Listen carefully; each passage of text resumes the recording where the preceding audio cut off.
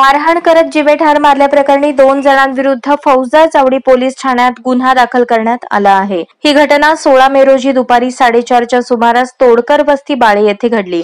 या प्रकरणी अलका रघुनाथ गायकवाड वय 55 राहणार तोडकर वस्ती बाळे यांनी फौजदार चावडी पोलीस ठाण्यात फिर्याद दाखल केली आहे।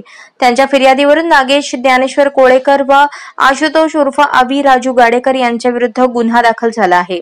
याबाबत अधिक माहिती अशी, फिर्यादी यांचा मुलगा लखन रघुनाथ गायकवाड वय 23 राहणार तोडकर वस्ती बाळे याला दारू पिण्याचे व्यसन असल्याने तो सतत दारू पित असे। 16 मेच्या दुपारी दारूच्या नशेत घरी येऊन फिर्यादी यांना दारूसाठी पैसे दे असे म्हणत शिवीगाळ केली।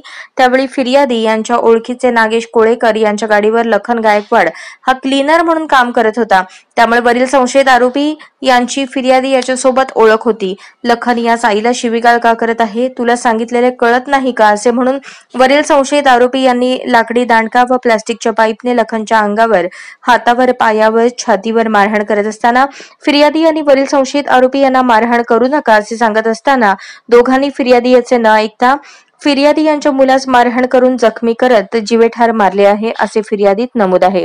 पुढील तपास सहाय्यक पोलीस निरीक्षक बारावकर हे करत आहेत। आजच स्मार्ट महाराष्ट्र न्यूज चॅनलला सबस्क्राइब करा।